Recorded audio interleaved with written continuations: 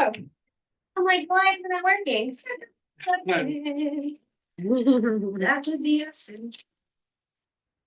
Happy New Year to you all. I think it's, yeah, it feels like it's New Year because it's the first full week of.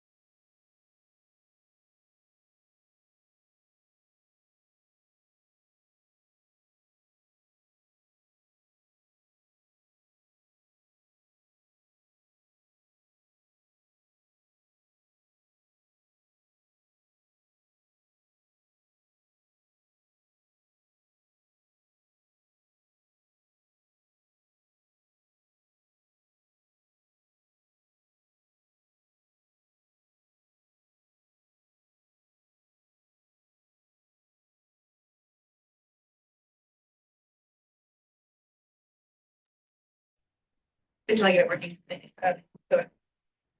Okay, I'm double checking to see if Addison messaged us and like is trying to get in. Ashley was still sitting up there at the front desk. I didn't get one. No. No. In The Zoom is what I meant, but yes, also in the building. yeah, because they're late today because it's a late leap day, so she'll be up there. Yeah, okay. So we're gonna call the meeting to order. Let me just read my scripts. I'm not gonna go off script.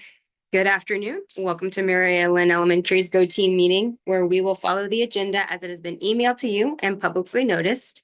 I'm pleased to call this meeting of the Mary Ellen Elementary Go Team to order at 2:47. The first order of business is for the secretary to call roll. Please. Denise Brinksley, Here. Christy Perez, Here. Addison Draper, Okay. absent. Ari Brown, Here. Kayla Dees, Here. Becky Hecox, C. Snyder, absent. Linda Terrace. Here. Scott Thorpe here, and Kelsey is. Is there a quorum present? Yes. Okay, since we have the quorum present, we'll proceed with our action items. The first action item, it's already up there, is the approval of the agenda. It was emailed to you guys. I updated only one thing when I resent it today, which was to say it was hybrid. And then it's the same as what you see up here now. Is there any changes to the agenda as proposed? Can I get a motion to approve? Motion to approve. Second. All in favor? It's like unanimous. Second item on the agenda is the approval of the minutes, which was emailed to you prior to the meeting. Does anybody have any edits to the minutes that they'd like to document? Can we get a motion to approve the minutes from the December meeting? Motion. Second, Second. and all in favor? Sorry.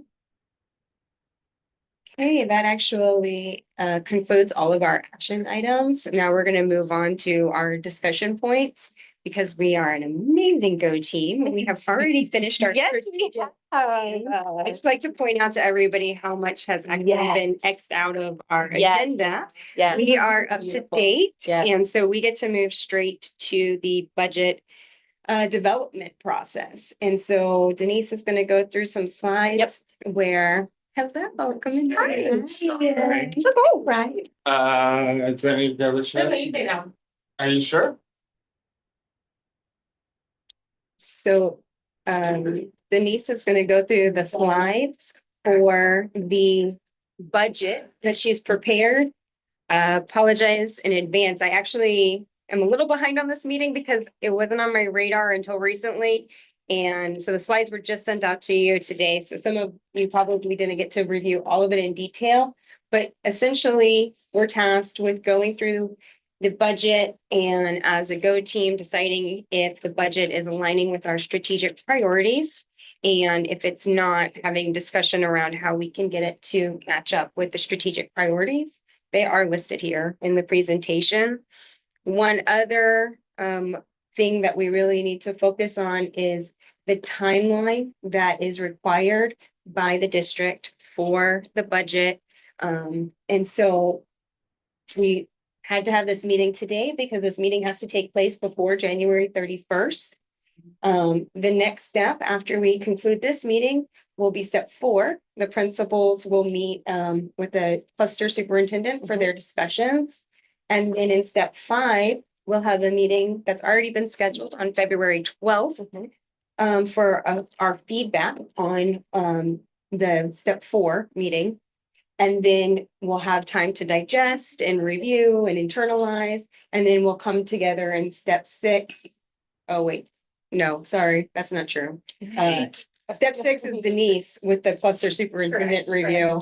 And then step 7 is also Denise with the principals HR. So we'll be meeting again March 12th, that would be step 8 to do our final budget approval meeting.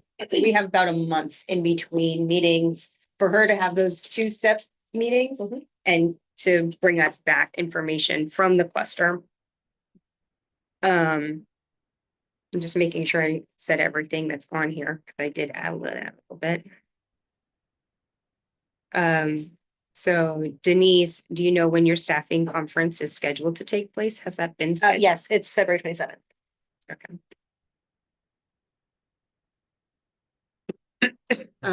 Thanks for that information. We'll now take a minute to look at our meeting schedule. We already did that. Yep. Does everybody think that they've already blocked off their meetings for the February 12th and March 12th? Right? Mhm. Okay, so we won't change those unless there's a gigantic snow and Denise can't have other meetings. And no, yeah.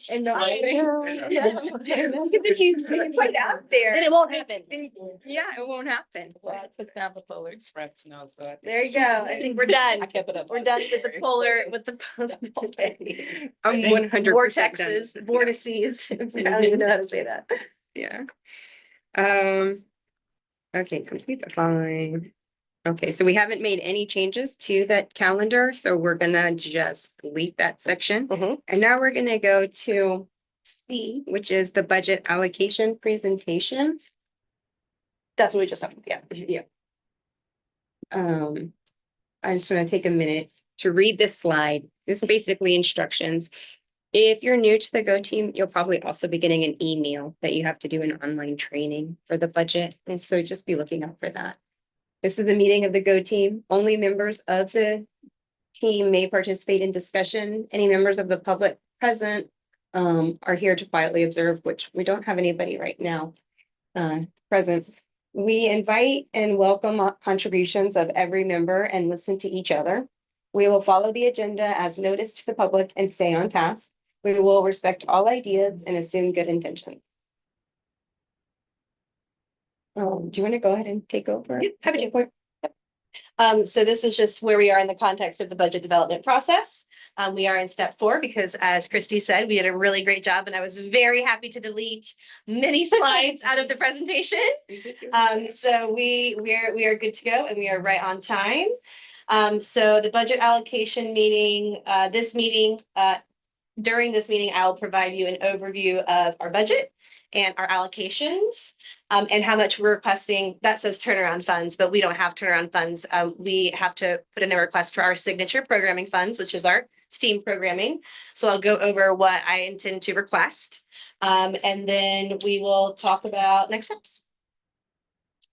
Once again, of course, definitely want to make sure that our budget development process aligns with our school's strategic priorities. We are going to collaborate to ensure that our signature programming funds are used in the best way possible. Also, focusing on the next, well, that's our strategic plan, the latest version. But I think that this is really important. So we're going to be focusing on our strategic plan priorities and determining how we can capitalize on those priorities through the budget. So here are our budgeting parameters. So the way that this slide was laid out was a little confusing for me. I didn't really put rationale in the rationale column, but I have our top 3 school priorities, 1, 2, 3.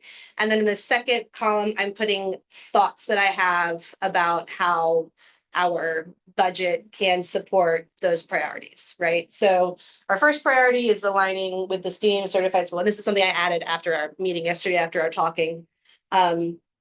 So in order to align our school resources with our mission and vision, became STEAM certified, all of the budgeting decisions that align to that are in our signature programming request. So you'll see that there.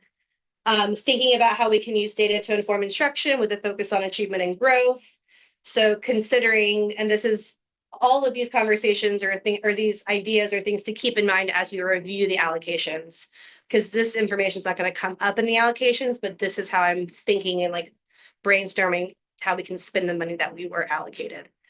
So we're going to potentially reduce class size in our current first grade cohort, which has 3 teachers, moving that to 4 teachers to keep that consistent through all grade levels, because currently we have 4 teachers in every grade level except that first grade cohort. We only have 3.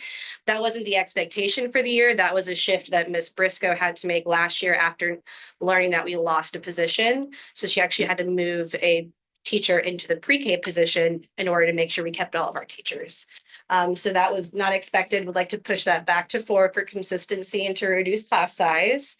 Considering increasing our gifted teacher FTE from 2.5 to 3, so 3 full-time gifted teachers.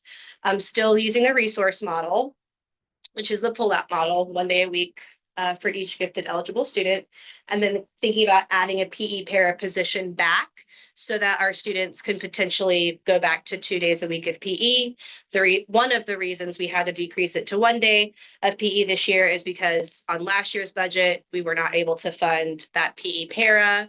And when you combine, in order to give everyone 2 days a week, you have to combine classes. And when you combine classes, unless there's an additional staff member present, we're out of compliance because Dr. Bennett Walker can't have 52 students by herself. That's the state law. There's a cap. I think it's 44 students that can be in PE at one time by themselves, or with just the coach by themselves. Yeah. So thinking about adding that PE para position back in. If we do that and go back to 2 days a week, we will have to think about and get creative about how we are getting in STEM and being an orchestra. So conversations on the scheduling side, but something I feel confident we can figure out with a robust specials rotation. And then number 3 priority, creating a collaborative school culture that embraces diverse families that comprise our community, wanting to add a communication liaison position. So this is somebody who would work closely as a liaison. It's labeled communication liaison on the budget. I'm envisioning it more of a parent liaison. There is a parent liaison position available. It's such a low paying position though. If I'm looking for an hourly person, I don't feel confident I can find somebody to do it. However, this role as the communication liaison, somebody can communicate with our community and kind of be that go-between for the Rocket Blast, school tours, new family orientations, and things such as that. So kind of modeling it off after the parent liaison role. Also have them do our website, right? We're going to be transitioning to a new platform, the whole district is. And with that transition, I think it'd be great for somebody who's not me. Not that I don't like doing the website, but I think that's probably a task I can delegate, and having somebody specifically to do that who's not just like a teacher trying to also do the website on top of their normal job would be great. And then considering increasing the CELT or special ed lead teacher to 1.0 FTE. Currently, we share a CELT with Hope Hill Elementary School. Hope Hill Elementary School's principal is recommending to increase their special ed lead teacher to a 1.0 FTE. And then, we have our special education regional unit, which is new as of this year, and they're doing great, but there just definitely have been times where we really needed our CELT on site. And, she's at Hope Hill doing business for Hope Hill, right? We have been very flexible with, going back and forth, but would like to consider increasing that if possible, to have somebody on site supporting us every day. So that's things I'm thinking about. So keep those thoughts in the back of your head as we go through the allocations. Like I said, none of those are set in stone, all up for discussion. So our executive summary shows us that this budget represents an investment plan. Our recommendations need to be tied directly to our mission and vision. Our proposed budget in total for the year is $7.4 million. And this investment plan accommodates our population that was projected to be at 505, which is actually 10 fewer from our projection for this year. But we currently have 513 students. So as of today, we're over next year's projection, which is good, because that means that if we lose kids, once leveling comes around, I won't have to give back money. So I was like, I will take that projection at 505 and say, thank you, sir. And just FYI, if you're looking at these numbers and wondering, none of this includes pre-K. So our pre-K students are not included in our projections or enrollment numbers. And then the next question is, but don't they stay in your school building and take up a ton of your resources? And the answer is yes, but we do not get funding for them. Wait, there's no budget associated with pre-K, or it's like a separate budget? It's a separate budget. It's a special revenue budget that I can't touch. So basically the special revenue budget pays for their salaries. It's for the salary. And there is funding that the Office of Early Learning pushes out, and they're very supportive, and we love them. But, as far as like them literally taking up a classroom that I could use for another class, that is a reality. But they're very supportive, and we love having pre-K. I was just asking, what is 505 put us at for capacity purposes? We are below 85%. Let me tell you at the end, because I need to go back and look at the projection worksheet, because there's numbers. I think we're between 75 and 85%. But when they do capacity, then does pre-K come back into the fold? Those are bodies in the building. No. Okay. That's right from the start. Yeah. It's a completely. No, Okay. they I understand that. I know, I agree. I mean, I was just curious. Yeah. We'll move the pre-K classroom here. I know, and that's Which curious. I love because I have. Sure. They have one drop off. Yeah, right. So that's a great question. I'm gonna look at the projection worksheet after we're finished, and we can take a look and see how that factors into it. Was that? you good? I had separate questions. I think the first question was that we covered 3 priorities from a list of 8 or 9, I think. Mhm. So is that the requirement? We cover just 3 priorities in the budget? Because we have like 6 Yes, priority ranked, and so you Yes. covered the top 3. I did. So like beyond that, we are not focusing on it. We Like that- can. But we don't need. Okay. Yeah, I mean, honestly, there were 3 on the example. Okay. They have 3 Because- rows, so I just copied that. Because they were like, use as many pages as you need. Yeah. I mean, we can absolutely consider, I think that a lot of the things that we're already doing support 4, 5, and 6. We also can pack them together, but yeah, I'm saying. Absolutely. And we also, a couple of things came up I shared this with the staff yesterday, and a couple of things came up specifically around the school resource officer funding and how we can potentially reimagine that. I know that it's a hot button topic, right? Like folks like really want an elementary school resource officer in the building, walking around, prioritizing safety and security. And then other folks feel like that feels very, but yeah, it feels like a waste of resources, because why do we need a police officer walking around when we could have like another 0.5 school counselor or a full-time social worker, which we probably aren't going to be able to fund this year. So I don't know, thinking about that. And I know like everyone fought really hard for school resource officers, and I definitely want the support of a school resource officer, but it is over $100,000 in the budget.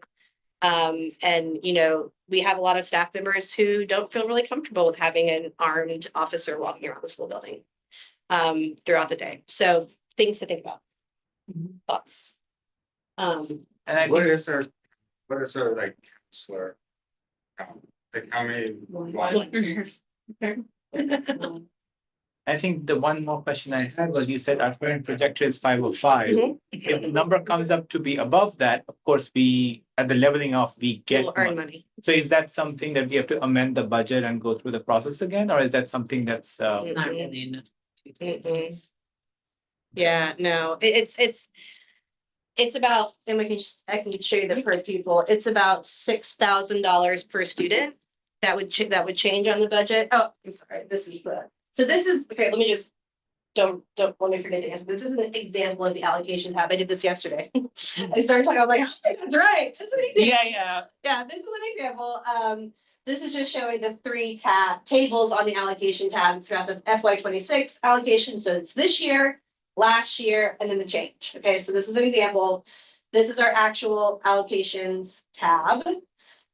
So for FY 26, we were allocated 5.7, almost $5.8 million under SSF. Last year, we were given $4.5 million in SSF, and you're probably like, oh my gosh, that's so much money. Well, last year, a teacher cost $101,000 on the budget. This year, a teacher cost $131,000 on the budget. So the sheer change in teacher and staff salaries means that we had to increase the budget because those salaries have changed significantly by 11 to 12%. So when you look at this, you look at the total earned at the top from 6.2 to 7.4, it feels like we gained something, but really it's almost an equivalent. Just you have to consider the 11% raise.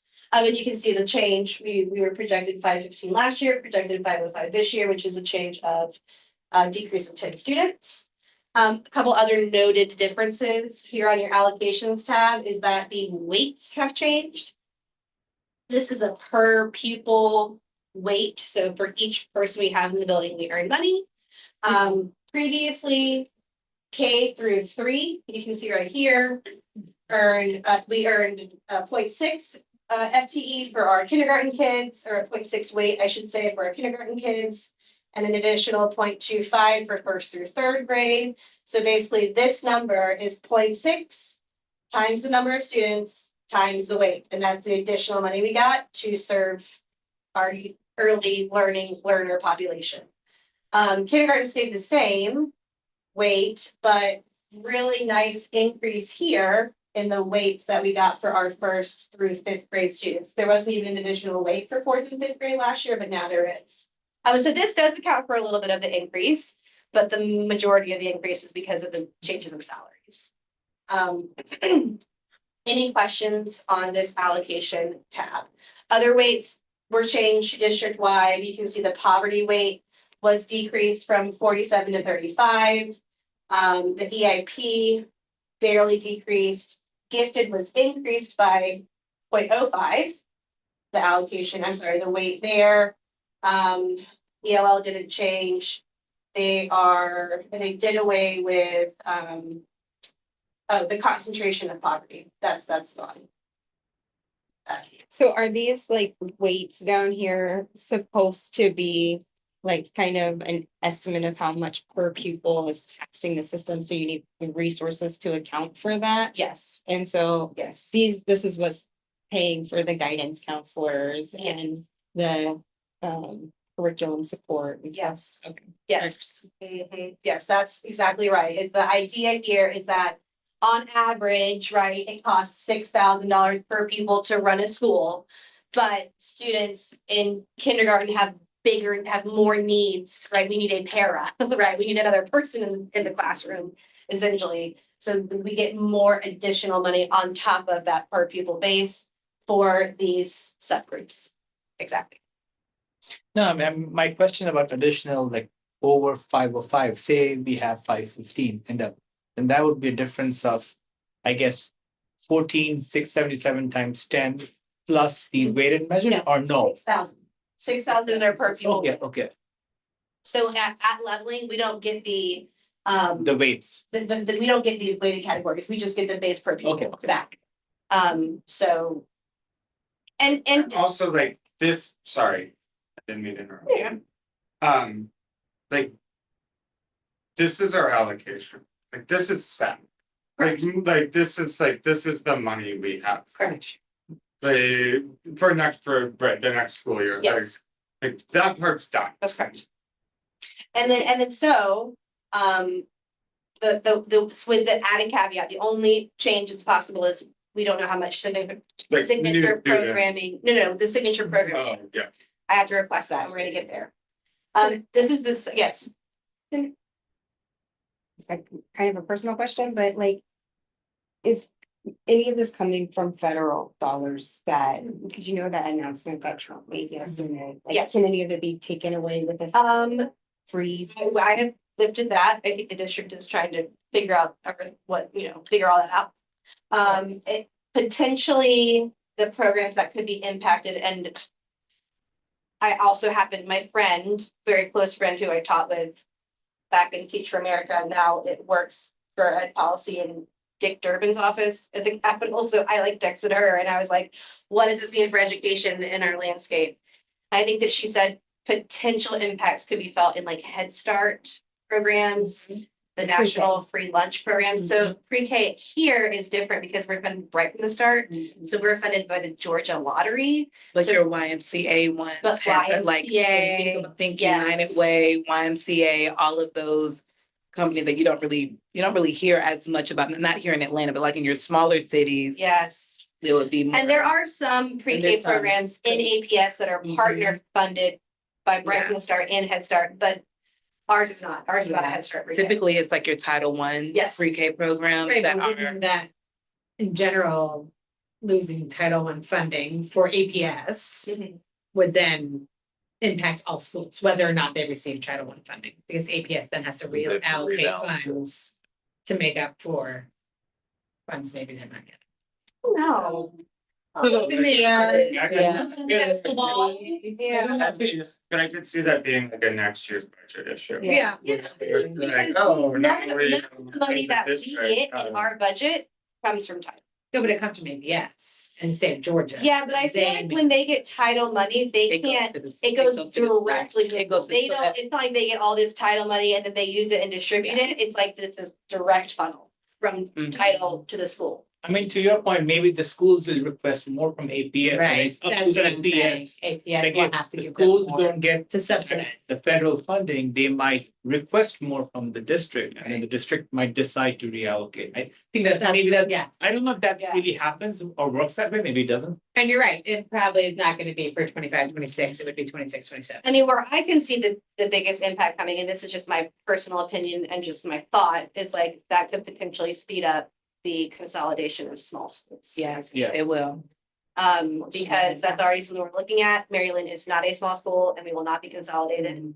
But there are schools with like 150 kids in our district. So, and we have 150 kids, we still have to have a principal, an AV, a counselor, media specialist, you're funding all of those positions for I 150 will say kids. like from the G3, like the overall utilization rate and It's our crazy, right? district is like 65%. Mhm. And when I asked directly whether like consolidation was a topic of discussion, like Dr. Jag said, like it is a thing we will look at, like. said, like, Yeah. It's a very sensitive topic, and a lot of emotions are tied up in it because, schools are the center of the community, and I totally. Even understand. splitting Finland was like incredibly. Yeah, it's Like, stressful, and it even though, it like, they brings were type great, like, emotion. everybody was going to good places, like. Yeah.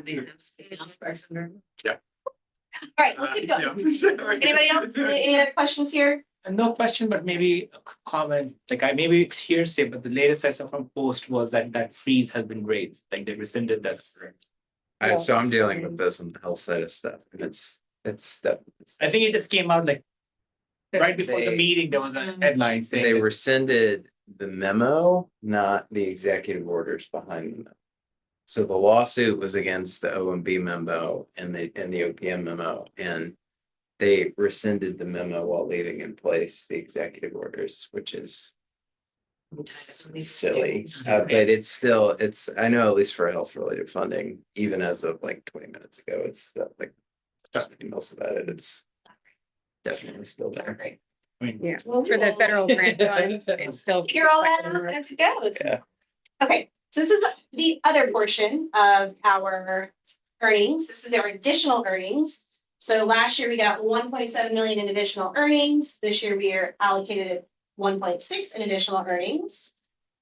Which total brings us to our total of $7.4 million. Key differences here. This is that signature programming piece I was talking about. Last year we got $273,000 placed in our budget to support signature programming. This year we have none. But that's because we are using a zero-based budgeting approach. So instead of them just throwing the money in the budget, we have to say, we need this. Can you put this money in our budget? This is why we need it. Thank you. So I think that makes a lot of sense in our district. And I think that we absolutely can justify the positions that we need for signature programming. We've got a lot of data to back it up. And that's what our team is working on to present to our associate superintendent. And that's one of the conversations I'll be having with our associate superintendent is around signature programming and what we're going to actually get funded. Not a whole lot of changes here. We still have the security grant, field trip transportation, that's district field trip transportation, stipends. Those are stipends for teachers who serve on the leadership team in a grade level chair capacity, and then zero for the rest. Yeah, last year we had this SSF holdback. That was my reserves. That got pulled. So that was left in case of leveling, and at leveling this year we were 8 below. So almost all of that money I had to pay back. We don't have an SSF holdback for this year, but that's okay for us because we're probably going to be over anyway. So what's this flex item? That was there last year, but it's a significant. Last year, there was a position funded by the district that was intended to be used for student support on the SST MTSS side. It was not used that way for every school, so I think at Maryland that bucket just kind of just went in the bucket.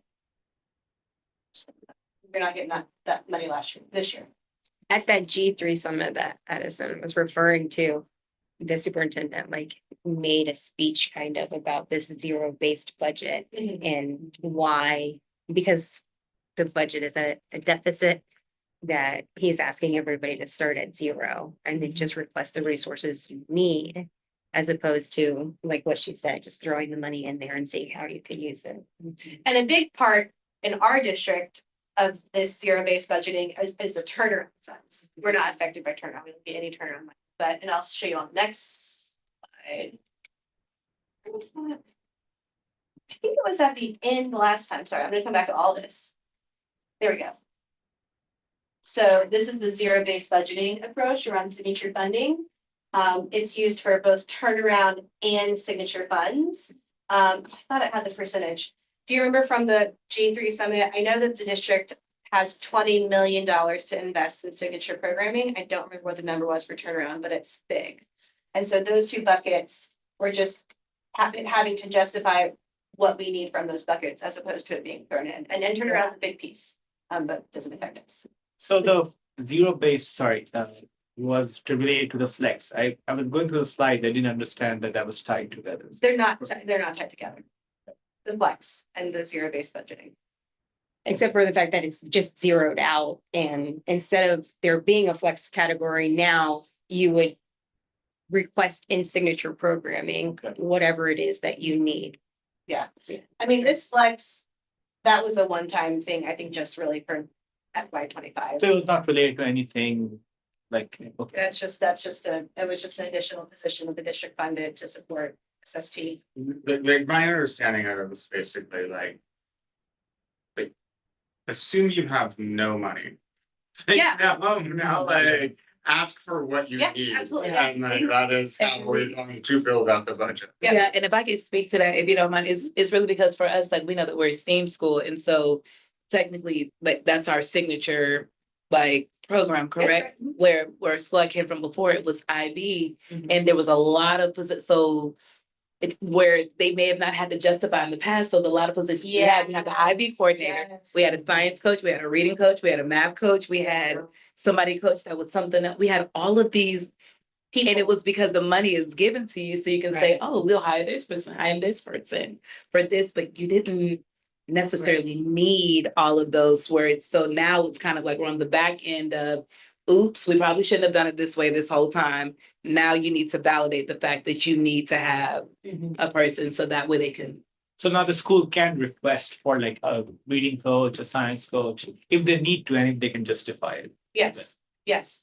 And to point out exactly what you were saying, Kayla, it's just there has been money funneled through signature programming turnaround that has been used to purchase positions, resources, technology, and what Dr. Johnson has not does not see is the results, right? So we're really trying to tie a little bit of accountability and direction into the way that we're budgeting. So that's another reason for zero-based budgeting. And once again, we're in a really good position here at Mary Lynn. We already had a very lean budget. We already don't have any really like superfluous positions.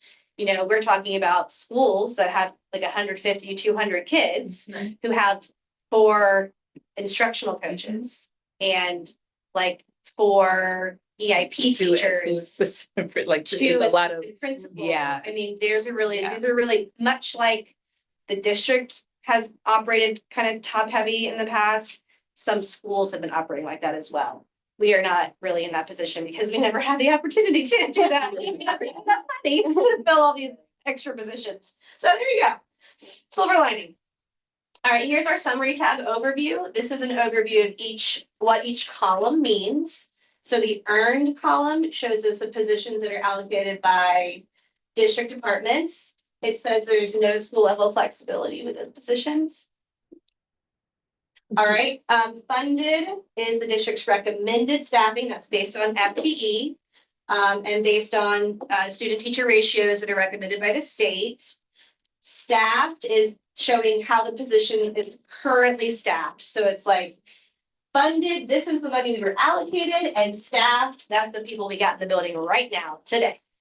And then the difference is obviously the difference between those two. And then I didn't put the comments on here because I don't have anything in the comments yet. I want it to be bigger, but the comments is where I will provide the rationale for any differences that exist on the spreadsheet. All right, so this is our first page. Oh, and funny. Yeah, that it does say that. That's just how it wasn't totally like that needed to be updated. I meant to tell somebody about that, but I won't. So this is our allocations for teachers. We were funded at 443,434. We are staffed. This is what we're currently staffed. We were not funded a STEM lab teacher. We currently have a STEM lab teacher. So you can see the differences between what we were funded and what we currently have staffed. Quite a big question that came up yesterday is like, OMG, how could they only fund 3 teachers for 4th grade? Because they fund at a 30-to-1 student teacher ratio in 4th and 5th grade. Previously, APS funded it with a lower student teacher ratio in 4th and 5th grade because we had a waiver. However, they have shifted back to the state of Georgia funding formula for 4th and 5th grade, which is a pretty high class sizes that we would not want to have here at Maryland. We don't want 30 kids in the classroom. It gets real smelly when you get 30 5th graders in a classroom. I'm telling you that. Because I've Really done smelly it. when you have one. And you know. All right, so funding wise, we were funded at 1.2, interestingly enough, based on our current projections for our specials teachers. BHE was at a 1.4, really interesting. I'm not gonna hire 1.2 music teachers. So all of those 0.2s you can consider just being reallocated into those additional positions that we didn't get funding for, like for example, STEM lab teacher. We were funded at 5.5 gifted teachers. We currently have 2.5 gifted teachers. Like I said, hoping to increase that to 3. The leftover money from those gifted teachers definitely goes to all of those positions that I'll show you in a moment. We were at, for example, EIP, we were not funded any EIP teachers. We currently have 1.5 EIP teachers in the building. I wouldn't increase that. I think that 1.5 makes sense. But when we only have a 0.5, that makes it a little bit harder to, what's the other 0.5 gonna be, right? We gotta think about that. So no funding, but we currently have 1.5. So we are at deficit of 0.5 in the EIP. Or like we have extra 0.5 for the EIP, and for the teachers, we are balanced. Is that correct? No, basically what she's doing is like, so it's pulling from, since you didn't use it here, you're pulling it, moving it over to here. Okay. So it's like, we didn't get anything extra, it's just shifting it around. So like, if you look at where the gifted is, that's a good example, where it says 5.5, but we're only using 2.5 of that. So there's another 3 points. No, somewhere that yeah. Could be, That I understood. I was just saying, if you look at the EIP teachers row. We are funded one, we have staffed 1.5, so there's a extra 0.5 that we have staffed. And I'm saying, where is that 0.5 accounted for from the deficits and surplus from the above set of rows? It can be, but we have like 9 more slides of this, so these columns keep going Oh, okay, real okay, far yeah. down. Okay. And we can talk about how it all evens out Got it. in a minute, yeah, because it keeps going, it keeps going. So we've got our CTE teachers, so these are our ESOL, we were funded, that all of this is the same. Funded and what we currently have staffed at Mary Lynn, so funded 2 interrelated teachers, that's special ed, staffed at 2, funded at a 0.5, special ed lead teacher currently staffed at 0.5. 0.4 speech language pathologist matches our current staffing, and then 2 special ed paras and 4 kindergarten paras funded matches our staffed. All right, now I've got school administration. Don't get excited. It looks crazy. Okay, I thought I was very excited, and then I was like, that doesn't make, it's not gonna work out the way we want it to work out. So funded 1 principal, staffed 1 principal, funded 2 principals, staffed 1 principal, that's a difference of 1. Funded school secretary, we have a staffed school secretary, funded a bookkeeper, we don't have a bookkeeper. School secretary does our bookkeeping. Funded school clerk, we have a school clerk, funded 2 counselors, sounds great. We are currently have 1 counselor. Love the idea of potentially reallocating some school resource officer money to get additional counseling hours, if not a full-time, maybe a shared. I know you do. All right, especially if we're not gonna have a full-time social worker, right? So yes, we'll think about that. So we have this instructional coach to 11 day as our math coach, was not funded, we have 1 staffed. This is our readers or leaders coach, it was district initiative, so it was funded, and then we currently have 1 on staff. Media specialist, funded, staffed. School nurse, we have an LPN, funded and staffed. We were not funded our band teacher, we currently have 0.25. Miss Wade does a 0.25 band, 0.25 orchestra. Here's that other 0.25 orchestra that we have staffed, but we're not funded. Signature program coach was not funded, that's our STEAM coach, we have it staffed though. This is our custodian, building manager, funding and staffing, equal custodians. This 0.5 is there. I talked to Marianne Green. It's currently a vacancy. I guess they have in the Department of Psychology. It's been removed. The lead psychologist for the cluster is in our building, funded and staffed. School resource officer, funded and staffed. We are supposed to be getting a school resource officer start like in the next week or 2. We've had folks rolling in and out through rotation on training. So we will have a school resource officer in the building full-time from whenever they start to the end of this school year. Thinking about how we can reimagine that as potentially a 0.5 share situation moving forward. Site manager, funded and staffed. These are the special revenue positions I was telling you about. So we've got there's no funded or staffed here because this is really just an FYI. We get a teacher and a pre-K, a teacher and a para for pre-K from special revenue. Our teacher and para in the special educational regional unit are funded from special revenue, and then our nutrition folks are funded from special revenue. So nothing I can really touch. All right, questions about all of the staffing allocations? Just randomly, Yeah. the resource officer, the same person that does the crosswalk in the mornings and afternoons? No, so the Officer Key that does our crosswalk is actually stationed at Howard Middle School, so Howard Middle School is her daily job. She does traffic here, then does traffic at Howard, and then is at Howard throughout the day. Her position is an annual school resource officer, so she gets paid more money, she works more days. She does, events and after hours things with the department and is really an APS police officer who is serving in the role as school resource officer, if that makes sense. This position that we have is specifically, where was it? Right there. Hmm. Second set. Yellow. Yellow. The two women. Second There from it the is. bottom. Okay, so Who's the other one who's out there, like Miss T? Ms. T, she's our crossing guard Okay, and that's her job separately. She works here And Howard. in Howard. Yeah, Sierra and all. Yeah, they both go right from here to Howard. Yeah. So she does morning and afternoon at Lynn and Howard. So yeah. And she's awesome.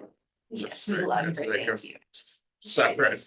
Yes, she is lovely. We love her. Okay, so school resource officer, this budget item is specifically the elementary school resource officer who is on a 202 day or 220 day calendar. So they're not an annual employee. So they work fewer days, they get paid less, and they're receiving specific training on like elementary school resource officer duties as opposed to just police officer duties. They are fully badged and vetted police officers, but they kind of joined the team knowing that the nature of their job was going to be as an elementary school resource officer, right? So we've got the people who have kind of been on rotation training. The two folks that I met was one guy actually taught pre-K for like 10 years. Yeah, and then made his way into the safety and security realm and then did security and then came onto the team. And another officer that came by for training, she is a retired police officer from DeKalb County. So she's coming back in with that expertise, but knowing she's going to be placed at elementary school, which is, we have our problems in elementary schools, don't get me wrong, but the nature of working in elementary school is just different than middle or high, just is. Different problems. Okay, so now we're going to talk about the non-staffing tab. This is where we're going to talk about what is recommended by the district. So this is the district's recommended amount to spend, the allocation that has been given, and then the difference, much like on our staffing tab, but this is on non-staffing buckets. So, and I meant to change this after the meeting yesterday. So we have $115,000 in reserve. That's gonna stay there. That's not gonna change. That's our buffer cushion in case we lose money at leveling. So hopefully we don't lose money at leveling, or if we don't have fewer kids at leveling, we will get that money back and potentially earn a little bit more based on how many kids we have over our projection. So we have 3 more places where there is a recommended spend. And this is when I was playing around with the budget. I had deleted those to see what would happen. So that's why you don't see it in here, but these are on our budget for 18,000 for our field trips, 25,000 for teaching and other supplies. That's like textbooks, curriculum materials, and then a little bit over 4,000 for media supplies. So that's the recommended allocation. I can change that and I will. We don't need $25,000 in our school budget for instructional materials because we get a lot of support from Maryland Foundation on that. So we can play around with this money. The Midtown cluster, specifically principals, I think, or I don't know, I can just speak for myself, but I requested the permission to remove this line item on district funded field trips because we make our own field trips, right? We don't really rely on the district for funding around field trips. And the CEP, Cultural Experience Project, is a partnership between the Atlanta Mayor's Office and Atlanta Public Schools, and that's fully funded from an external source. So I feel like we can remove. And so where would you put it to if you moved it around? Well, it's not like a 1-for-1, right? It's not like I take it out there and I apply it to this first grade position, right? So if I take it out here, then it just goes back into the bucket of money. And then when I go to add on my staffing tab, 0.5 gift to teacher, it would just pull from the bucket of money. And I can show you on the budget. I didn't put a screenshot of like the actual place so you can see. It's like a conditional formatted cell that like is red if I'm in the hole and green if I have money to spend, and if it's zeroed out, it's zeroed out. I mean, that's kind of where I can keep track of it. But it's not one to one. Like, I can't apply it directly to something. But it could be used to fund something different, yes. And this on the staffing side, most likely, right? But like you said, you at the very beginning wanted to create a new position of parent liaison. Yeah. Or something like that. Mhm. And I I feel like I haven't seen it yet, and maybe it's coming up on another slide. It is not, so the hourly, that's on my hourly tab in the budget, Mhm. that was not a part of the allocations. Presentation, I'm sure it will come up on the next presentation, but there is an hourly tab, and that is where the communication liaison position is. We also have an hourly cafeteria monitor position is on there. Yeah, the hourly tab is on here, that's a good question, I didn't think about that. This is rounding out our non-staffing tab. Here's the hourly, okay. So this is just an overview of the hourly. Oh, that's probably Maybe Kelsey. somebody's coming in. That's Oh, Kelsey, okay. yeah.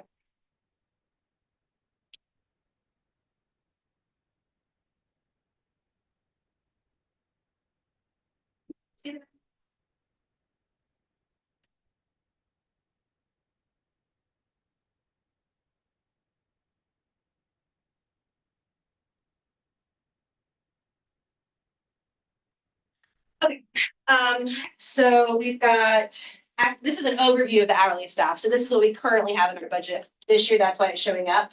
The communication, and I cut this off. There's like 40 more hourly positions on the bottom, but we don't have any currently, so I just cut it off. But that is where the hourly communication liaison position would show up. Once it's added to the budget. It would show up on this hourly staff tab on our non-staffing tab, which academic stipends, that's the grade level chair stipends. This is a bucket of money for substitutes. We have to fund for the number of positions that we have that require substitutes. We have to fund 10 days of sub pay for each person who is eligible to receive a sub. That's what that represents. We don't have any paraprofessional sub budget. I would like to increase that potentially, not 10 days per para, maybe 5-6 days per para. I think Paris to be health right now. We have 6, 7, if you include our regional unit.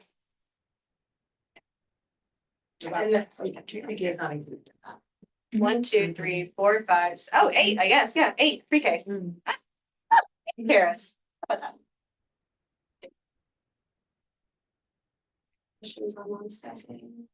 How are the, how are the substitutes, like, just as a like. Actual, like. Make it happen sort of where, like, where do their substitutes like come from, like, and when they. Yeah, so the district has a software program where substitutes connect with schools that have open jobs each day. They're just like. Maryland. Okay. Yeah. Gotcha, okay. Oh, yeah. Okay. So the way that it works is if someone's like last minute ill. Right. And it's like 6 o'clock in the morning and we want to make sure the classroom is covered, they can put the job into the system and leave it open so that any sub in APS who has been vetted by APS Right, okay. can pick up that job. It happens. Alternatively, if you know someone's gonna be out, then you. We always prioritize our Yes. folks. Yes. And this budget is, for this part of the budget is For that. for those people, okay. Yeah. Gotcha. Yeah. Yep. Mhm. Yep. Okay. See, I moved the mouse, you know, it.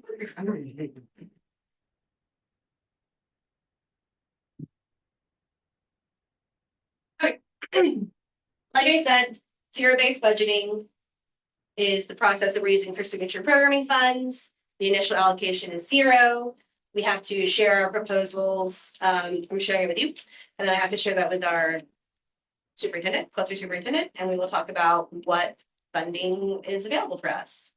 I am supposed to be told by February 7th what our signature programming bucket looks like. So this is our signature program fund request tab. So I am requesting through signature programming funds to pay for our STEAM coach, our STEAM lab teacher, and our band and orchestra teacher. So those are all positions I'm requesting to fund through signature programming. To support our STEAM. Any questions on that? So is team coach, the program coach, 211 day? Is that what you said? Yes, that's STEAM instructional coach or STEM instructional coach.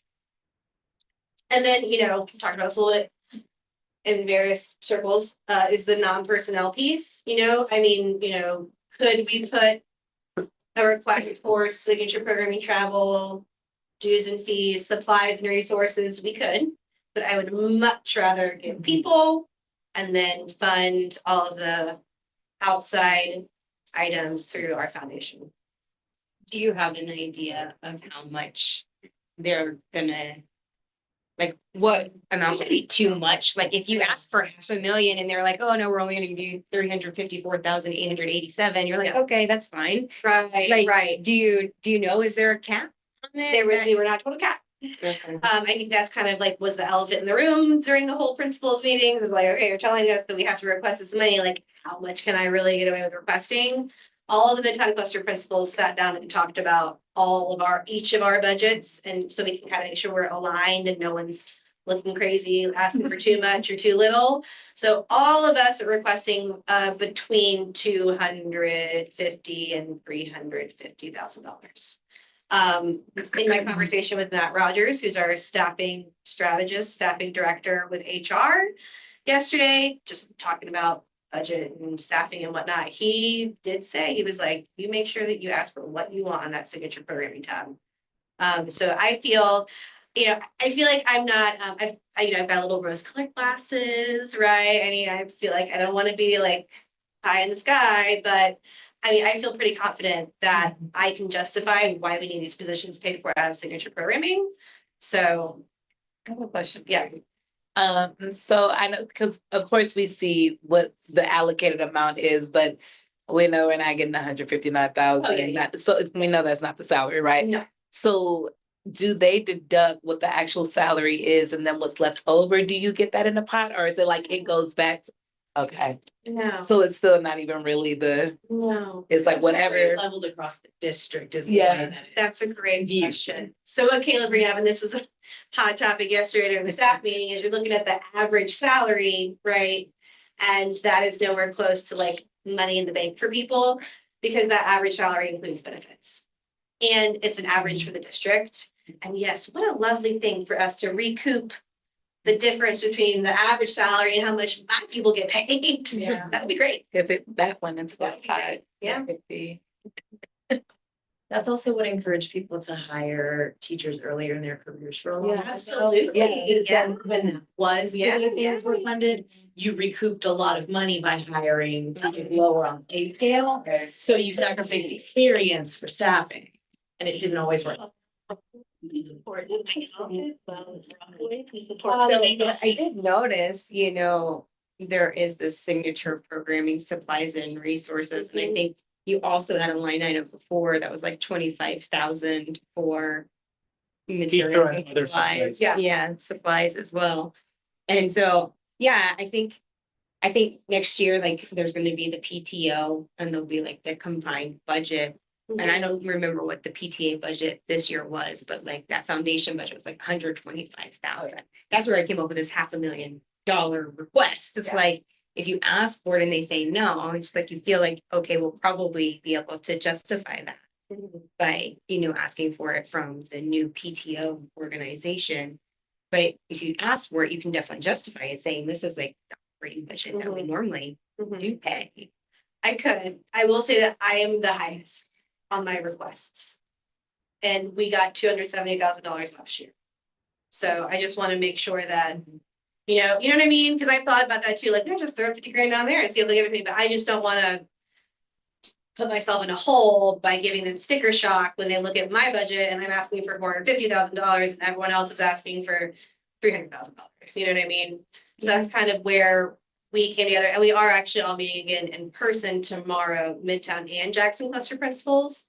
So we are all going to, once again, make sure we're all on the same page before we have to go into those conversations with cluster superintendents.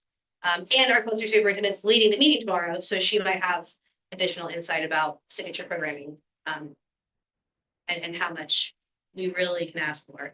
And I also will say, and I told this to my folks at the staff meeting yesterday, is just knowing the little I know about the differences between STEM or STEAM and IB.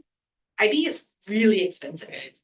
It's very expensive. It is very specific. It has a lot of requirements. Way different than us STEAM folks who are just flying by the seat of our pants trying to figure out if we're gonna get Cognia certified or Georgia DOE certified, right? IB is just, it's costly, right? And knowing that in these conversations, I want to know how much are IB schools getting? That was gonna be Yeah. my question. Yeah. Well, Yeah. That's where they, exactly. There's a lot of travel and training in IB. So that much training. doesn't apply to STEAM. And I benefited from that at an IB school, Yep. but that's in everyone has to have it, not Yes. we can be trained locally. Yes. So I'm curious to know, because we should also have the same I- resources, just maybe going to different places. I'm very confident that IB schools have been traditionally getting a lot more Mhm. under signature Yeah. programming than we have. That's why you're able to have, like, when I was listening off that was true story, like, it was like, wow, like any position you can think of, I but it's looked- because of. Oh, In That's December, it. the budgets across APS, because they're publicly available Yeah. through these Go Team meetings, just to Yeah. see like, okay, well, what are they Yeah. spending money on and how much money are they getting? And it's broken down per person, like per student in the building, et cetera, and so forth. And I couldn't find equity there. There wasn't a lot of equity. And especially when you look at like how much our parents support the school to be in the top 10 in the state, you know, it just feels like I would like to get a district definition of equity Absolutely. on how they invest in the students in the schools and the staff, you know? And actually, now that you bring that up, thinking about trying to figure out maybe level set on what IB schools get versus STEM schools, all of these meetings are available online. So in preparation for my meeting, I was going back and watching David White's meeting from Burgess Peterson and, you know, watching seasoned, Brandon Elementary School. I watched them. I watched Jackson. So of course, I was more focused on the front end and I didn't realize what they put on signature programming. We can go back and look and see what they are asking for because they had to share that with the Go teams. Yeah, they So- did. And in our cluster, not all of the budgets are actually publicly available, which I'm not sure how they got away with it. But like some of our cluster schools also share how much their foundations have raised. And so how much their foundations are supporting their schools too. So you can see like a total budget for the school. And yeah, where the money's coming from to get to the equitable for the schools that have Because that's- supplements for that's something else. Actually, accurate. Mhm. Like, I mean, they could, like, there's a larger conversation about that, I'm sure, but like. It's actually like the community is doing this. It doesn't mean that the district shouldn't also be. Yeah, right. Yeah, because I think to the Right. superintendent's point is like the metrics for success on, you know, the way that the schools were allocating the funds to educate the kids. They weren't being successful to, I guess, our district standards. There was a big news article on the Atlanta that people were complaining about it. And anyway, it was like when they were trying to break off Maryland and create that new elementary or potentially do the 4-5 school and like the, you know, K-3 schools. It was kind of just like, how are you going to like, you know, define what equity is, like what available resources are going to be in each elementary school? Like who gets to decide and like what are you looking at? And so I think, I mean, this like the dollar per student spent is easy because they already are reporting it. This is the rationale for the request that we've just discussed. STEAM coach. So we are trying to focus our efforts on becoming STEM certified by Cognia.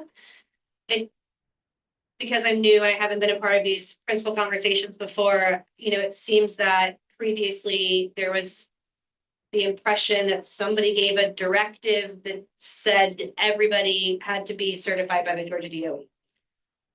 That has not been told to me this year. So, and even in our budget conversations on the 15th with Ms. Sophianos and Dr. Johnson,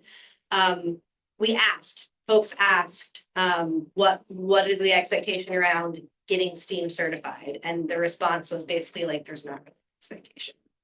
So we're considering shifting our efforts from trying to get Georgia DOE certified to getting Cognia certified first, which is the journey that Spark took. We got Cognia certified in a year when I was over there. It's great. And being Cognia certified, it's by a national organization, actually an international organization, I think, that they certify STEM schools, STEM and STEAM schools.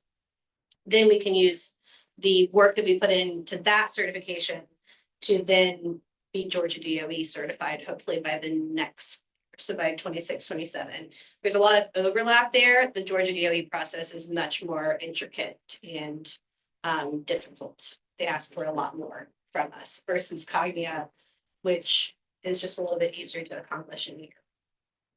And then STEM Lab, obviously want to continue consistent and intentional STEM instruction.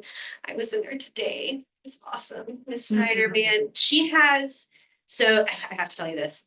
Sorry, public people. So, you know, when folks go overseas and they buy things that were created as a result of trafficking, of like wildlife trafficking, like ivory, you know, leopard skin, snake skin, right? Folks will go overseas and they'll buy some fake Chanel bag, right? And try and bring it home, right? Try and buy a knockoff, not knowing that it's like endangered species skin that made the bag, and the bag gets confiscated at the airport by TSA. Okay.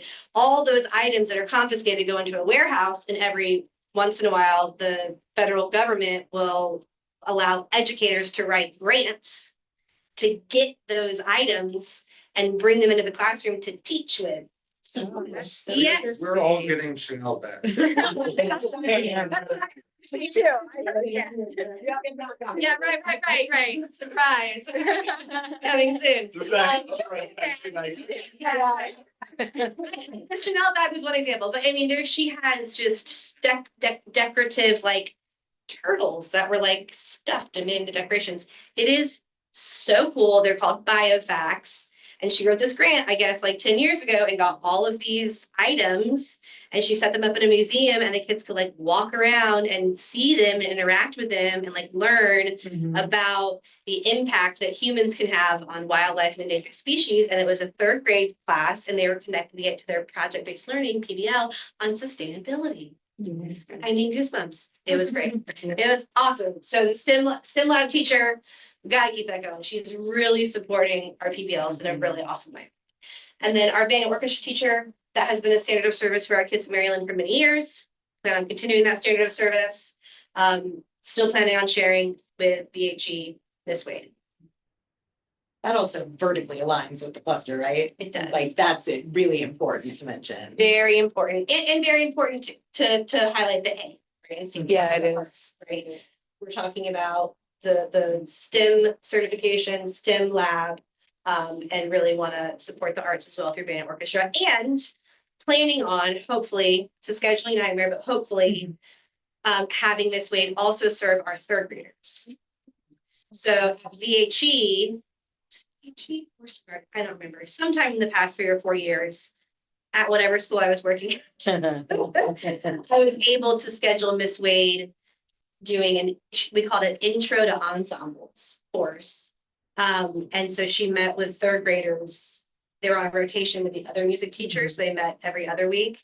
And so she introduced them to all of the instruments in the band and orchestra, talked about reading music, and like got them ready to make an informed decision when they choose an instrument in 4th grade, instead of just saying, I think the tuba looks cool, you know, so they can actually, or like, I want to play the drums at my house for my parents, because I think they would love to hear all of that. So yeah, I think that I would really like to get her in front of our 3rd graders. As it is now, she and Ms. Backus co-teach a lot. It's really great. We have a very, very good partnership with them. So we will continue to foster that. All right.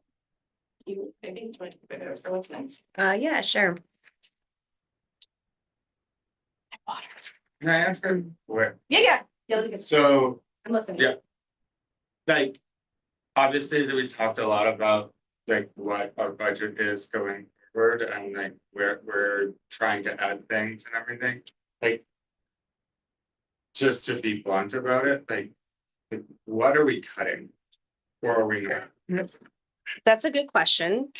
The answer is it's going to absolutely depend on signature programming. So going into this and even going into this meeting, I have like 4 scenarios, right?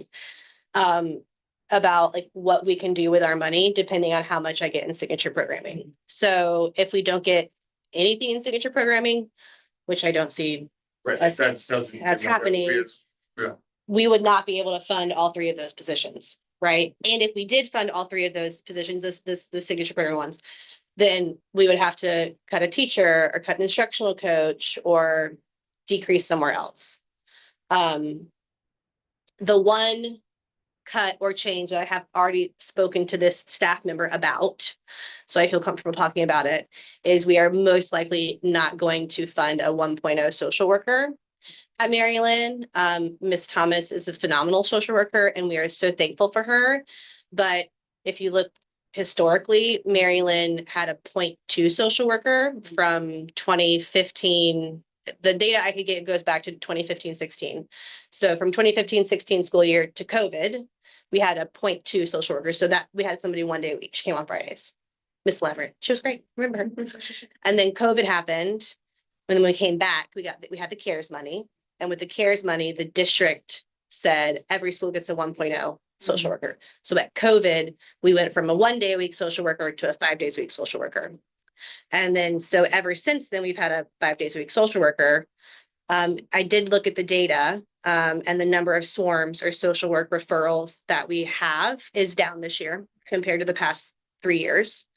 And we want to think about how we can better utilize that money because we don't have, I mean, of course, we have vulnerable families in our community. We have families that need additional support financially, and in other ways. But it's not enough to justify a full-time position. So and it's the same among our cluster, right? Most of our schools, with the exception of Hope Hill, who serves a different demographic, none of us really need a full-time social worker, and none of us had a full-time social worker before COVID.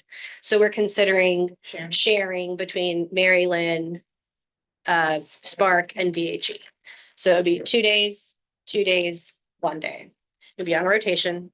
So basically, we would have a social worker on site 2 days a week with the understanding that we have an assigned social worker. So if there was a crisis or a child who needed to support from a social worker in the moment, if she wasn't on site, all of us agree that we will be flexible and she could come over if needed. And that worked well. That system of sharing social workers worked well for the 6 or 7 years before COVID that I have data on. So I have no reason to believe that it couldn't be successful now that we're on the other side of the Is there pandemic. a way to, with less like, so students. is there a way to redirect budget into the counseling department, like just for like the day-to-day, like, I mean, because like I feel like a lot of our kids, like they maybe don't need social work. Yeah, help, yeah, but yeah. They need to like talk to somebody. from time to Absolutely, yeah. time, And like that would be like, in terms of this overall budget for Mhm. me, like that would be a place that I would want to push. Yeah, more absolutely. towards. So it's not 1-to-1, right? So it's not No. like I take money from the social work position and I put it on the counseling position. But yes, the money that we recoup from that 0.6 FTE that we're not paying for the social worker, we could consider supports in the realm of school counseling. We could also consider using that money along with potentially a portion of the money that we may earn back by having a itinerant school resource officer cobbled together for a 0.5 counselor with, yes, the answer is yes, we could definitely do something. That just for me is like an area that I think would be really beneficial. It's just to knowing a lot of the kids here, they Mhm. just like general, like having that resource is like, a thing in this community that I think would be helpful for the school. And that's what Ms. Thomas like, and not to overstep, Yeah. that's pretty much what Ms. Thomas has been doing, yeah. She really pretty much. She's put able to y'all be much together, more yeah. available on the Mhm. front side of, before something becomes a true crisis or an emergency situation, because she's available. So I do wonder, and this is probably more of a private conversation, how that will impact what I do day to day. Mhm. To where I would be on the team of, if we're reducing what is essentially a mental health resource in some way, how is that going to be enveloped in other places? Mhm. Because it kind of scares me a little bit. I mean, I Principal- wish. Oh. Oops. I'm sorry, Principal Brigsley, if I can interject here just really quickly to go back to some of the previous question. This is the time for the Go team. You're having a great discussion, but really be sure as Go team members that you're letting Principal Brigsley know what your thoughts are on some of those trade-offs. You know, because she said that she has some ideas, but if you also have ideas, this is really your time to share them with her as she builds out that budget. Thank you. Thank you. I think with that in mind, what I'm really saying is, I know that the social emotional is a priority in our priorities. It's obviously a priority to me. That's my job. Yeah. But just making sure that if we're reducing one area, we're not considering how that would affect other roles. And like I said, that's pretty personal to me, so I know that's not necessarily a this group conversation, but I think that it is relevant to where trade-offs are made. What I wish we could do, but we can't because the people who were in these positions aren't around anymore, but I want to know how we were able to operate before COVID when we had a full-time counselor and a 1 day a week social worker, right? We existed like that for many years. Obviously, Parents paid for private therapy. That's what that's what happened. it was, yeah. I'm also Yeah, still we just connected with took our kids to counselor therapy that's after here, and school. I'd be happy to reach You out know? for some perspective. I mean, So there's do you like, think that including a 1.0 school social worker for the past 4 years has made fewer parents have to pay for outside therapy? I don't know that like specifically, but I do think like in this area of town, if the parents aren't getting it from the public school, Mhm. they're getting it privately. It's just like. Well, school if you're- counselors and school social workers do not provide individual therapy. They shouldn't be. Yeah. Sure. Yeah. But it's like in the same way, it's like if your kid is falling behind in school, you pay for a private tutor. Yeah. It's like, it's that same thing. If your kid's not emotionally regulating, you go get So we something just- to help them emotionally regulate. If we have the budget to provide that for people, like, we should be doing. Is my, I mean, like, there's always gonna be, like. I took, like, my daughter went and did reading classes and my son did, and all sorts of different things, right? But like. I'm just saying, like, in terms of prioritizing things in this community, like, having. Like, someone around to like just talk to them. Like, it's just. School counseling is preventative in nature, and when it comes to the level of ongoing therapy or treating a mental health disorder, that is out of our realm. So saying that from a, like, I know the role best. Social workers are in that same, school social workers are in that same boat of they're not providing that long-term therapy, but often the, both of those roles are going to be able to better sense, is the long-term what is needed? Is this a Mhm. momentary? Is this a situational? We've recently experienced, grief, loss, Mm. something that is impacting the current moment, but are we coping in a healthy way? Mhm. Things that maybe keep it from having to be like, oh, well, I don't know what to do with this. I'm gonna go pay money somewhere. So being able to be a liaison in that. So there is definitely. Absolutely. Well, Well, we have our wraparound services too. And so I want to make sure that that's mentioned, that that's not in our budget, right? Like that is not an APS funded thing. That is purely funded privately, but it is a service within the school building. So I wonder, to your point of people paying for therapy, if we have, or if our wraparound service can pull any data for us on caseloads, like for the, as long as she's been here or others from Pathways. I don't know if we have that information or can. Pathways has been here and served us for many years. I feel just like wonder they if there probably is should any give us historical, that like year to information. year, how many students have been being served. Well, I And think if that is something that is, it's a relevant part of this conversation. But I think what, to your point, double think, because what it, just from my experience as a teacher, just being here, I know with you and Ms. Thomas, I know you are the counselor. I know she is the social worker. However, because there has been overlap where it's like both of you all do completely different things, but then at the same time do the same don't thing joke. well, right? To answer your question, because I do hear, I think what you're asking is, what would be the impact of we're now going back to the counselor and not having the social worker? Well, she would be here 2 days a But week. I know, but I mean, but in terms of like that day to day, because like like you said, she will be here, but however, I do know that having both, it has been, you can feel a difference being here with both and then just having one and the one day, there is, I mean, truthfully, it's gonna be a difference regardless, you know? Yeah. So that's, however, in terms of like tracking our data or anything for that, I don't. Well, and it's like, it's a lot of like Would be- chicken or the egg, right? Yeah. Because if you look at our swarm data, right, the number of Mhm. social worker referrals that we received over this data set that I'm talking about over the years. For the 4 years before COVID, when we had a 1 day a week social worker, we were around 20 to 30 referrals per year, right? And those referrals can be for any number of things. Mental health and wellness, economic disadvantagement, attendance, obviously there's like the big ones like suspected abuse and that kind of stuff. Like that happens very infrequently. More times it's emotional well-being and attendance.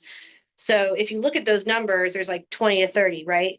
So then the first year we get a school social worker is also the first year we got off of COVID, and we jumped from like 20 to like 70. So it's like, is that because we were always needing, like were we always at that 70 and we never reached it? Or did we just have 70 referrals because we had a full-time social worker who was putting referrals in every day, as opposed to somebody doing it 1 day a week? It was really hard for those kids to go back to school. There was a transition. I do believe there Yeah. was. Anybody who's been. So like, it's not like the social worker is just like there. Yes. and making the Yes, referral. it is. It Yeah. is. So like this year so far, 14 of our referrals have actually come from teachers. The rest of them, Ms. Thomas put in because she was called for, Yeah, no, I'm. A need, yeah. I'm asking. I'm just yeah. So we have 41, I think, so far this year. Of those 14 were actually teacher concerns that were brought to Ms. Thomas's attention, and then she intervened. The rest of them are things that she was called to. A lot of it's around emotional support, very potentially in this case that you weren't available, Ms. Hecox, or it was even a collaboration with you, in some way. Question two, that's, I'm gonna see this a little differently. I'm just recognizing that out loud. Having worked in APS, the way that policy and procedures are, social workers respond to suicidal and homicidal ideation. Mhm. That is an urgent, critical, emergency call, completely qualified in my role to handle students in that state. But the procedure is that the social worker is the responsive person who communicates with the family there. Do we have data on that level of service? Because those are the calls where we'd be calling another school and saying, we need you to come over for this. I can pull that, yeah. Okay. I don't think that it's, is there a swarm category for suicidal ideation? It's just, you put it in the notes. And so it's like, I don't think it even gets that specific to say this is, with it, unfortunately, it all comes down to data. Like when somebody is literally saying, okay, Mary Lynn only had this many swarms put in, can we validate them having a full 1.0? Yeah. Regardless of what she's. And I ask about the here, urgency, because that's you know, where sharing among schools can become very Yeah. difficult. I know from working down the street 5 years ago, Miss Leverett, because we had to call her to come when our social worker was assigned to Were us. we, Was okay, busy elsewhere. We weren't sharing her, but she was closer by geography Yeah, yeah, than the school we shared with. So she often had to come over to take the critical calls, and it becomes a battle. well, and I was You thinking, end I up with feel like people in the car 6-7 times a day. every time I feel like you know, it doesn't happen often in elementary school spaces, but I feel like No. coincidentally, every time I have a suicidal ideation, my social worker is Yeah. because they're out or they're at a training. So I feel like, you know, that is something that happens frequently is we have to call for support. And, you know, something that happens, you know, often. I will also say that we need to think about, right, that it's always, if we add it here, we take it away here, right? So, and that's, I guess, where our priorities come into play because we want it all. I want it all. I want all the money, I want all the things, I want all the people. Because hypothetically, it's like if we do the 0.5 for the counselor, then we lose out on the other point. Or something, but It's not like how we desperately need, maybe we like, wouldn't get a gift, you know, right? wouldn't be able to have a full. Right. And so that's, and I know Dan is over there just like so excited because this is the kind of conversation we're supposed to be having, right? Is where do we put our money?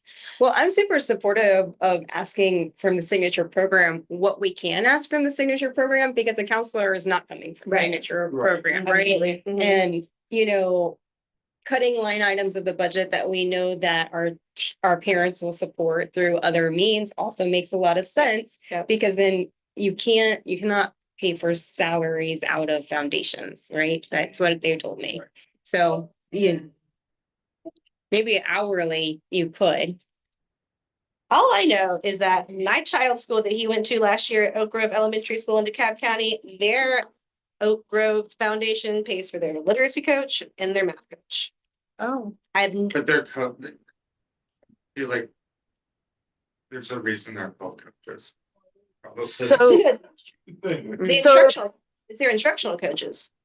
so some of that, I can interject here. So some of that depends upon the actual organization and their bylaws as to what their bylaws allow them to pay for through their budget. So depending upon the foundation, they may have that allowance where your foundation may not. I know, for example, that PTA bylaws and structures have a hard, we do not pay for people in their bylaws and ongoing.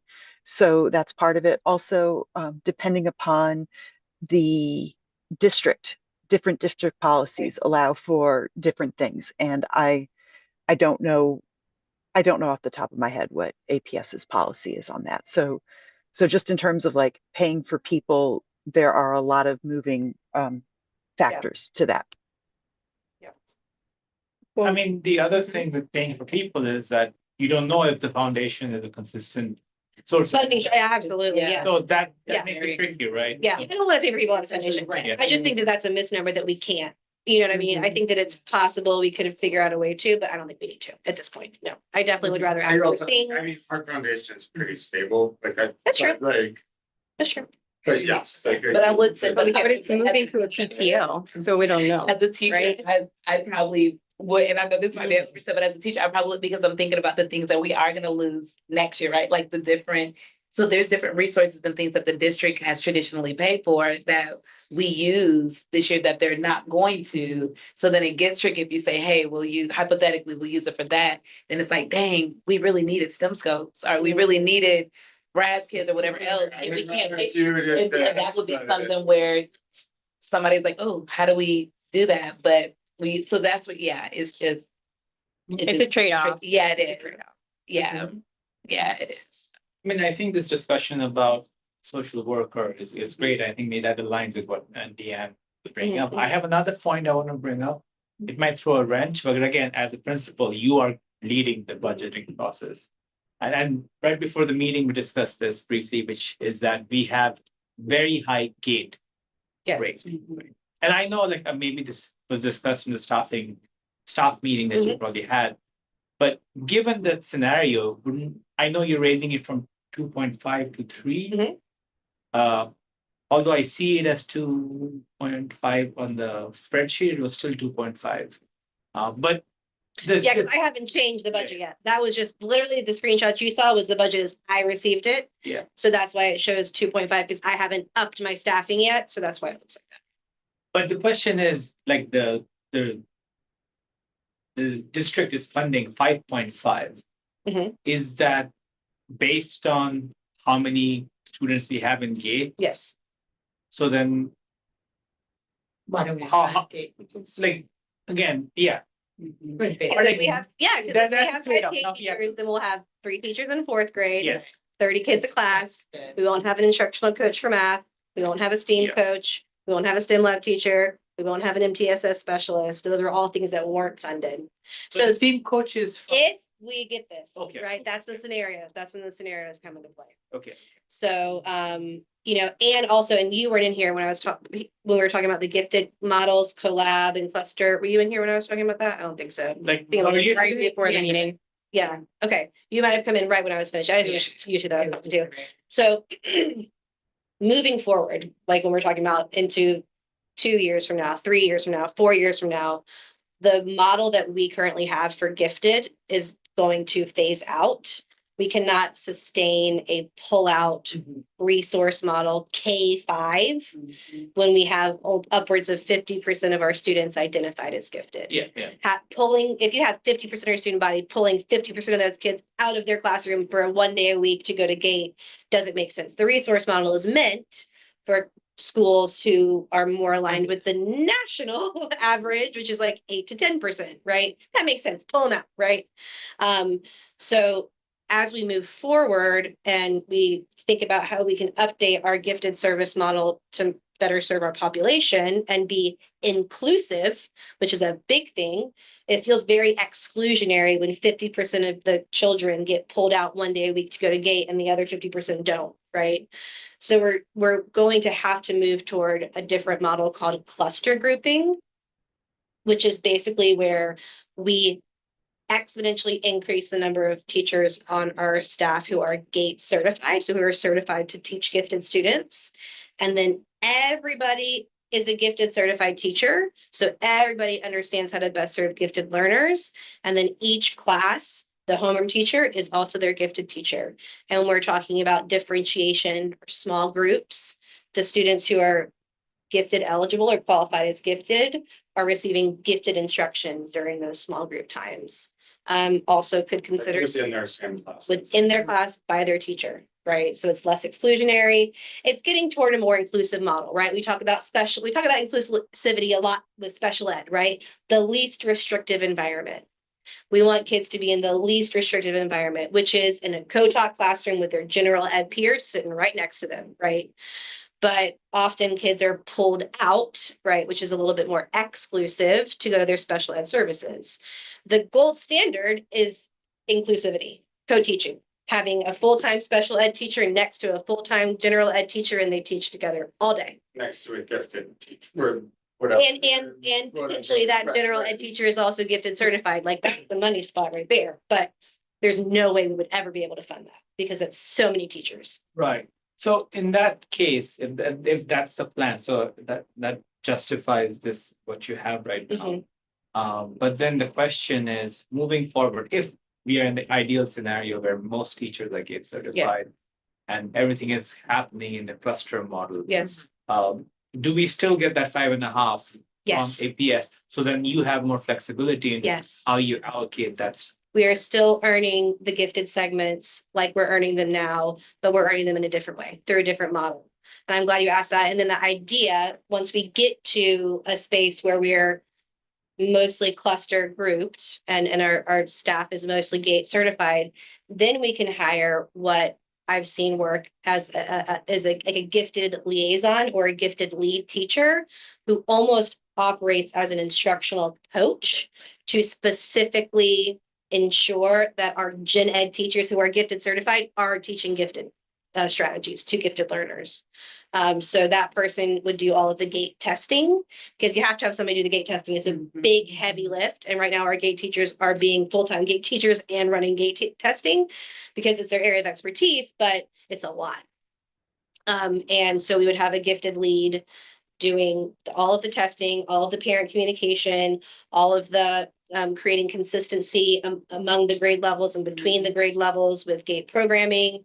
I just see it as a real opportunity for us to increase the reach of our gifted program beyond the pull-out resource model.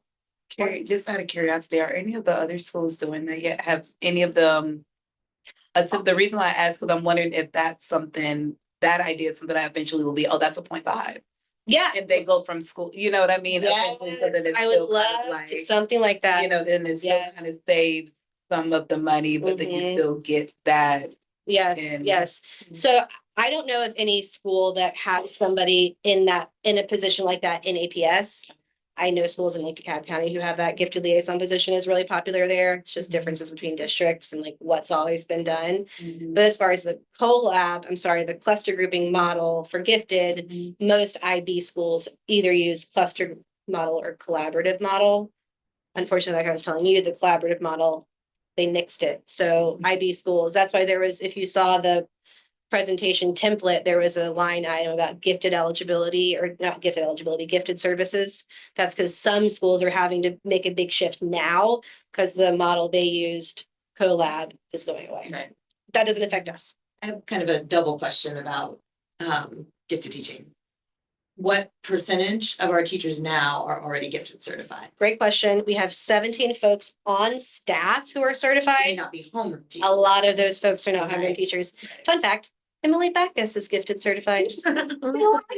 Right. I can truly see that. Maybe she's using her skills. My question about is what's preventing us from moving toward that cluster model sooner? Paying for people to get gifted certified. And so the district still do the endorsement. So we're Or do talking they get about rid of that. We were talking about that. There is every year, the Office of Gifted and Talented Education does fund a cohort for APS to get folks gifted certified. A requirement, oh Lord, a requirement of that course is that they do Xanadu for free. Do you know what Xanadu is? Oh, the summer. It's summer It's a summer school for gifted students. So if APS says, yeah, we're gonna fund you taking this gifted course and getting gifted certified, then you are required to work Xanadu summer school for 2 weeks and you don't get paid. It's like you. Yeah, You're paying for it. Exactly. That sounds fun.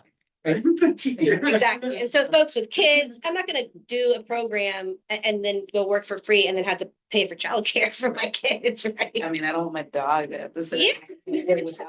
Summer, it's a bummer. It's a bummer. And we need that time. Mental health, man. Yeah. So that's why I asked Miss Everett, who's currently one of our gate teachers, to talk to Metro Resa, who is a credentialing agency, about what it would take for us to get a Mary Lynn or Midtown cluster cohort, depending on how many folks we can have at one time. So we are looking into that and considering a foundation ask around that. I think next it's year. also like at some point, it's probably and more of like to the school board conversation of like, why is this so big? Why can we not get more gifted certified? Yeah. But Mary Lynn is also, Mary Lynn, well, this, even if you think about like just a different cluster, I didn't get, I was getting maybe one student pulled out. Right.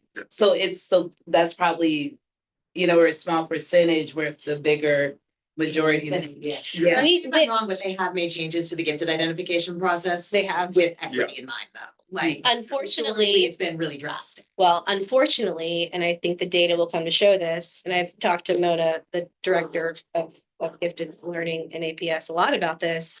They did update the process of identifying kids for testing, right? So used to be, it was a selective identification process or like a self-select process. I don't remember the verbiage, where parent referral, teacher referral, student referral, kids were referred for gifting testing. And then now it's a flat, any student who scores above the 85th percentile on MAP is eligible to be tested. Well, yes, it can be tested, then we have to get permission from the parent, and if the parent says yes, then we test them. And that has the intention was to result in more children across the district being identified. That's probably true, but it's like, we're going from here. This is like other schools and this is Mary Lynn. So this is coming up and so is this. Yeah. So it's not changing the gap. We identify like 65 kids this first go around. It's insane.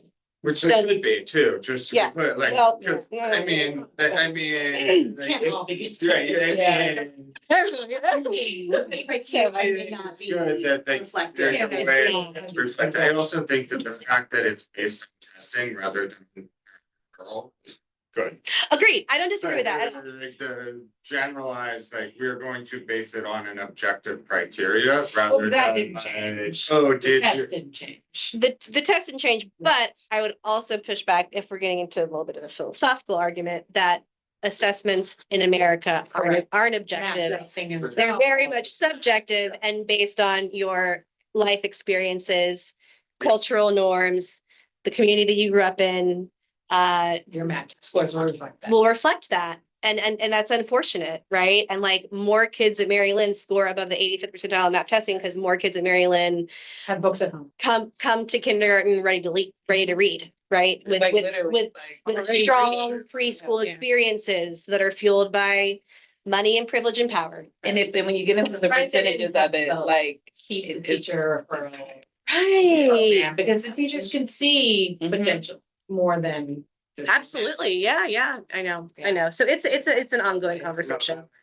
Ongoing conversation about the gifted piece. Sorry, I think I let us into the weeds on that. No, I I mean, was good. actually just gonna say, we actually have these slides in our email and they'll be publicly available. So we can look at each of the line item budgets, kind of marinate ourselves Great and like decide if it's matching up with the strategic priorities. Good, yeah. And then the next meeting, we are going to discuss again if it aligns with the strategic priorities. As we said at the beginning of the meeting, Denise will go for some additional meetings. And then in March, we will finalize and vote on the budget. Okay, So can I, sorry. we Chrissy, do pop in. vote on the draft budget and then we vote on the final budget. So we have 2 more times to talk about this. So what you'll see next time is the week of February 10th. By that time, I'll know how much signature programming I'm gonna get. I'm gonna put together a scenario. We'll call it scenario A. I'll share that with you. You'll see my comments. We'll talk about rationale. That's when we can actually do the manipulation piece and say, okay, if I take this off and I put this on, what does that look like, right? So it's gonna be a lot more hands-on, like work session-y at the next meeting.